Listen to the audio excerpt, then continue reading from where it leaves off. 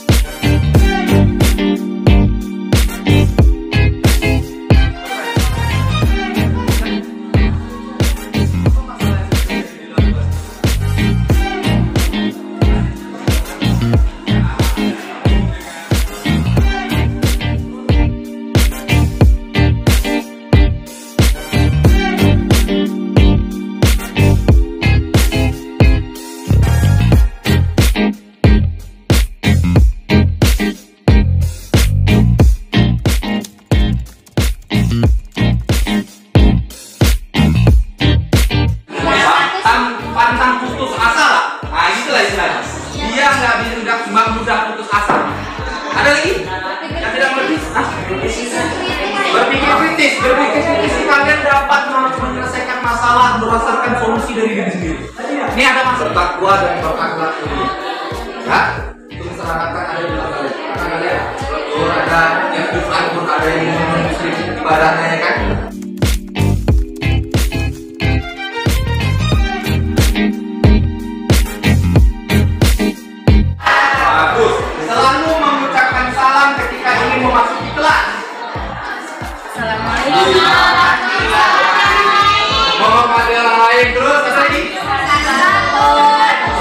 Bagus, santun kita masukkan sini ya. Santun belum ada. Santun. Bagus. Bagus. Jujurlah pada saat ujian gue.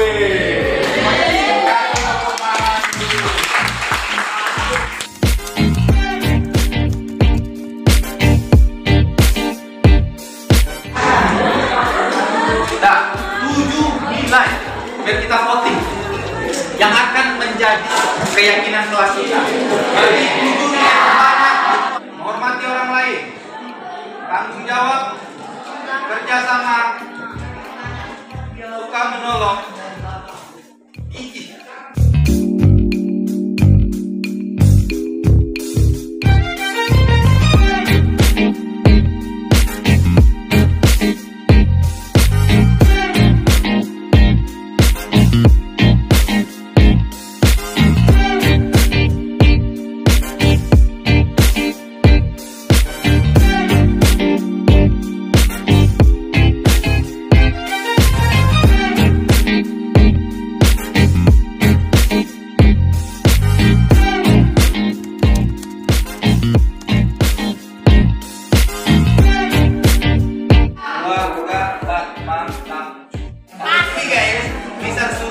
Voting begini bukan berarti kalian harus mengabaikan yang lain. Yang lain.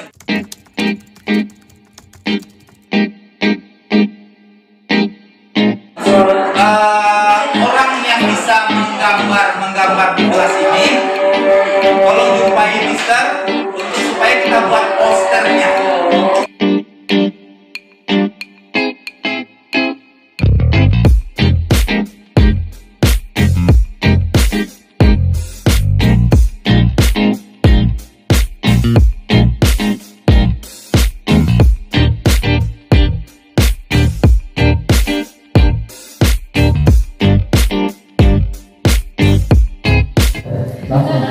Ya, membeli Persik di Bengal,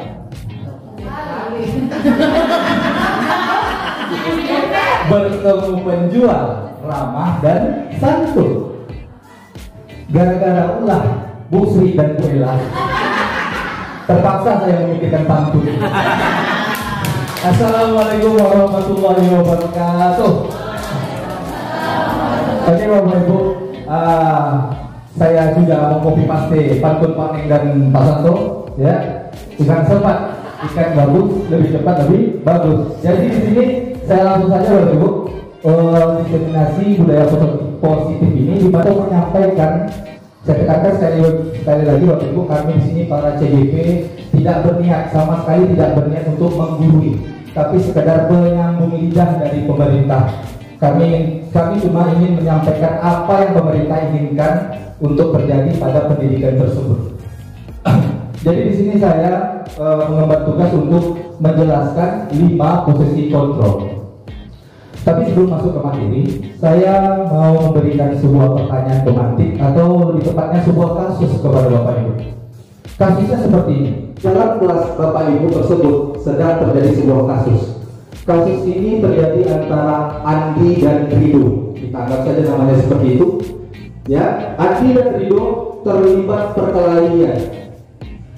Setelah ditelusuri lebih dalam, ternyata penyebabnya adalah Andi tidak terima dengan perlakuan Rido yang berkata kasar kepada Andi di sosial media dan juga merendah-rendahkan Andi di sosial media tersebut.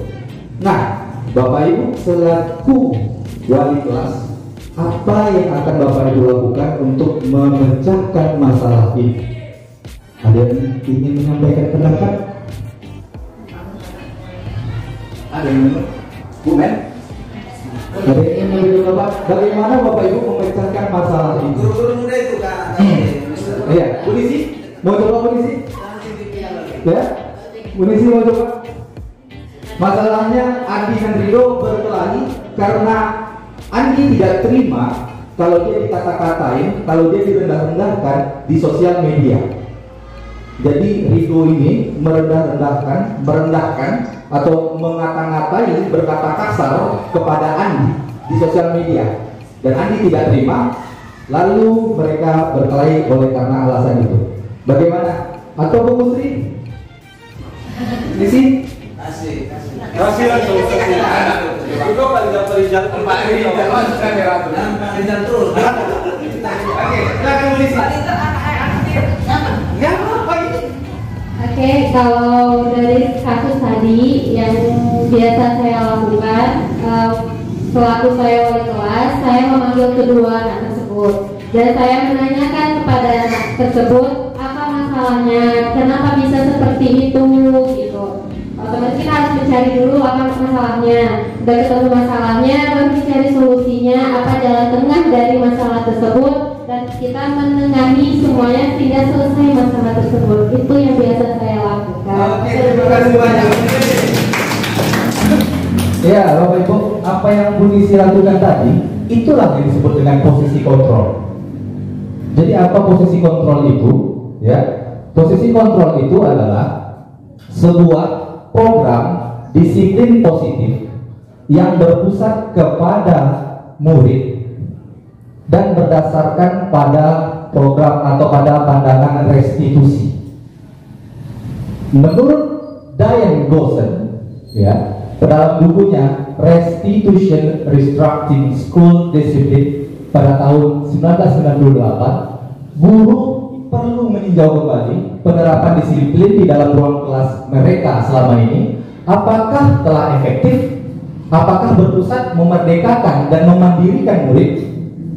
Bagaimana dan mengapa?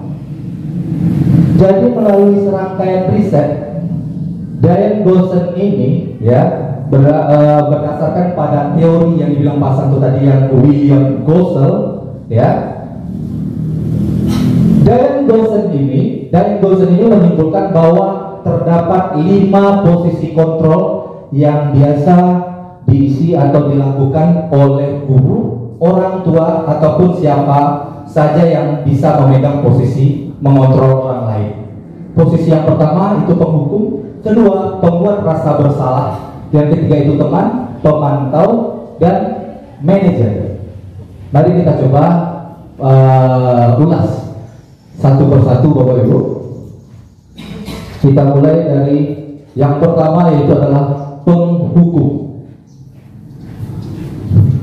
Penghukum di sini posisinya biasanya menggunakan hukuman verbal atau fisik, ya, seperti yang telah dicontohkan sebelumnya oleh pemateri yang lain, ya, membentak, berkacak pinggang, bertegak pinggang, dan menunjuk-nunjuk. Seperti itulah kira-kira seorang penghukum.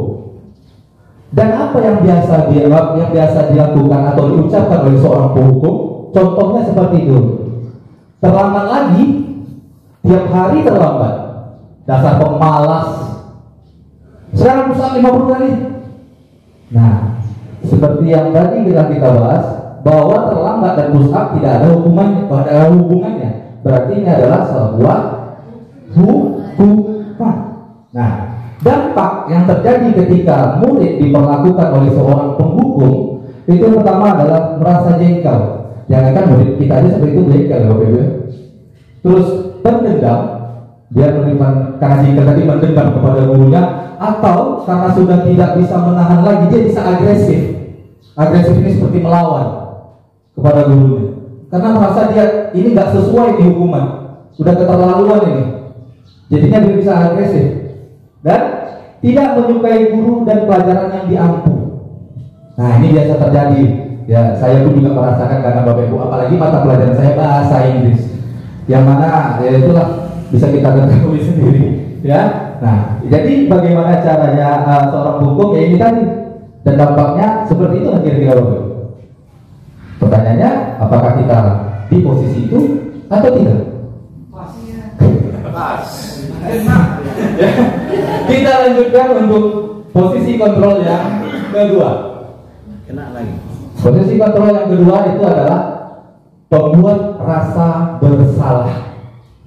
Pembuat rasa bersalah ini biasanya itu suaranya cenderung lembut, biasa santai saja ngomongnya, tenang, namun menyalahkan, ya, menyatakan akan menderita jika murid membuat kesalahan. Contoh tuh di kalimatnya Bapak Ibu, saya kecewa dengan kamu, senang ya buat saya susah, nanti saya ditegur kepala sekolah loh. Jadi ketika kita berkata seperti ini kepada seorang murid, dampaknya adalah murid menjadi merasa bersalah, tentu saja Bapak Ibu. Dan ini termasuk ke dalam identitas gagal, karena dia merasa rendah diri dan menarik diri dari lingkungannya. Karena dia selalu merasa, ini bakalan salah, ini bakalan salah. Ya udah, jadinya rendah diri dari Bapak Ibu. Oke, kita lanjut ke bentuk kontrol yang ketiga. Ini adalah teman. Nah, saya rasa beberapa dari kita sudah pernah di sini, posisi ini, ya. Posisi ini adalah suara guru akan ramah, cenderung bersenda gurau untuk menghangatkan suasana kepada murid. Efeknya bisa dua ini Bapak Ibu, bisa positif, bisa negatif. Ya, positifnya apa? Merasa senang, nyaman, akrab dengan guru. Bagus, memang bagus kalau seperti ini. Tapi di sisi lain ada efek negatifnya, di mana murid itu hanya akan bergantung pada satu orang. Ada rasa ketergantungan di sini. Maksudnya bergantung di sini gimana sih? Murid cuma akan disiplin ketika ada guru tersebut, karena guru itu yang dia anggap tenang. Yang lain dia tidak anggap tenang, dia nggak mau para guru itu. Kita ambil contoh, misalnya Pak Rizal. Pak Rizal memberikan posisi kontrol di sini dengan memberikan sebuah bintang, stiker bintang ketika murid mengerjakan tugas. Bisa saja suatu saat Pak Rizal tidak datang dan masuklah Burani. Burani kalau menyuruh mengerjakan tugas, bisa jadi ya ini murid tidak akan mau. Kenapa? Karena sudah akrab sama Burani dan Burani tidak mau memberikan stiker bintang. Jadi seperti itu, murid ketergantungan akan sesuatu dan tidak mandiri serta tidak bisa berpikir untuk diri dia sendiri. Bagaimana dia menyelesaikan masalah dia tidak tahu. Dia cuma berpikir, kan ada bapak ini masih bantu kok, kan ada ibu ini masih bantu kok. Seperti itu. Lanjut ke posisi yang keempat. Keempat itu adalah pemantau. Nah, pemantau di sini ya berciri-ciri seperti bersuara datar, tidak emosional, tidak bersenda gurau ataupun bersuara tinggi, ya, berdasarkan pada peraturan dan konsekuensi. Nah tadi, kalau murid terjadi kesalahan, membuat kesalahan, dia cuma akan bertanya, apa konsekuensi dari tindakanmu ini? Ya, jadi murid sudah berpikir, tahu, bertanggung jawab. Ya, cuma ya nanti dampaknya bisa dilihat di bawah Bapak Ibu, memisahkan hubungan pribadi dengan murid. Ya, lebih memisahkan dan senantiasa mengawasi murid yang diberi sanksi. Kalau murid tadi diberikan konsekuensi, pemantau tetap memantaunya sampai benar-benar murid itu melaksanakan konsekuensi tersebut, jangan dilepas begitu saja. Nah, itu pemantau. Dan dampak dari posisi kontrol yang ini adalah memiliki identitas diri positif tapi tidak sepenuhnya mandiri. Ya, tidak sepenuhnya mandiri itu maksudnya gimana? Jadi murid itu cuma berpikir, oh kalau ini ada konsekuensinya. Ya, jadi saya jangan kayak beginilah karena ada konsekuensinya. Tidak merasa sadar untuk melakukan sesuatu itu, cuma menimbang pada konsekuensi. Murid akan memperhitungkan konsekuensi dan hadiah tanpa memahami sepenuhnya nilai kebaikan yang tujuh. Nah, ini tadi yang masuk begitu. Ya, dia cuma memahami apa konsekuensi, apa hadiahnya, dan tanpa mengetahui sebenarnya apa sih tujuannya untuk berbuat seperti itu. Nilai kebaikan apa yang kita tuju. Nah, contoh yang dikatakan oleh seorang pemantau salah satunya seperti ini Bapak Ibu. Apa peraturannya? Sudah tahu konsekuensinya? Nah, kalau sudah tahu silakan kerjakan. Dan pemantau memantau atau mengawasi murid yang diberikan konsekuensi tersebut. Lanjut, dan inilah posisi yang paling diidam-idamkan oleh seluruh pendidik, di mana pada akhirnya kita diminta untuk menjadi seorang manajer. Manajer itu yang seperti apa Bapak Ibu? Suara tidak terlalu lama, tidak emosional, tidak juga bernada tinggi, netral-netral saja. Ya, mengajukan pertanyaan-pertanyaan bermakna dengan tulus. Supaya apa? Mengajukan pertanyaan ini supaya dia mandiri dalam menyelesaikan masalahnya. Ya, dan membimbing murid memecahkan masalahnya sendiri. Nah, seperti yang tadi dibilang. Dampaknya apa? Ya, dampaknya adalah tercipta identitas positif, di mana dapat murid percaya diri dan dapat memecahkan masalahnya sendiri. Ya, guru hanya memberikan pertanyaan. Ya, murid mengevaluasi diri menjadi pribadi yang lebih baik secara mandiri dan menguatkan karakter murid. Contohnya tuh pertanyaannya Bapak Ibu. Apa yang kita yakini? Keyakinan kelas kita apa? Enggak? Bagaimana kamu memperbaiki masalah ini? Jangan kita yang tawarkan solusi Bapak Ibu, biar dia yang cari. Ya. Lalu apakah kamu bersedia melakukannya? Kapan kamu bisa memulai? Nah, seperti itu. Jadi dengan memberikan pertanyaan-pertanyaan ini, murid lebih mandiri menyelesaikan masalahnya dan mandiri mencari solusi dari masalahnya tersebut, tanpa harus kita perintah, tanpa harus ada paksaan, tanpa ada pemberian hadiah. Itulah tujuan akhir yang diminta profil pelajar Pancasila tersebut Bapak Ibu. Dan selanjutnya bisa dilihat di sini kesimpulan dari 5 posisi kontrol tersebut Bapak Ibu. Ya, bisa dilihat bahwa penghukum dan pembuat orang merasa bersalah itu masuk ke dalam identitas gagal. Kenapa gagal? Karena kontrol masih dari luar. Kontrol dari luar ini berupa seperti menghindari hukuman supaya dapat hukuman atau menghindari rasa bersalah. Ya, yang kedua, yang masuk ke identitas berhasil yang kedua itu adalah teman dan pemantau. Teman pemantau masih dikatakan identitas berhasil. Karena apa? Karena menghasilkan ada hasil positif di dalam teman dan pemantau ini, tapi masih kontrol dari luar. Ya, kontrol dari luarnya apa? Mereka mengharapkan imbalan dan ketergantungan pada orang lain. Itu teman dan pemantau. Dan yang terakhir, pada posisi manajer ini identitasnya berhasil karena dia full mengontrol dirinya sendiri. Dia mengerjakan kesalahan, dia melakukan kesalahan, dia melanggar peraturan, dia juga yang menyelesaikan masalah.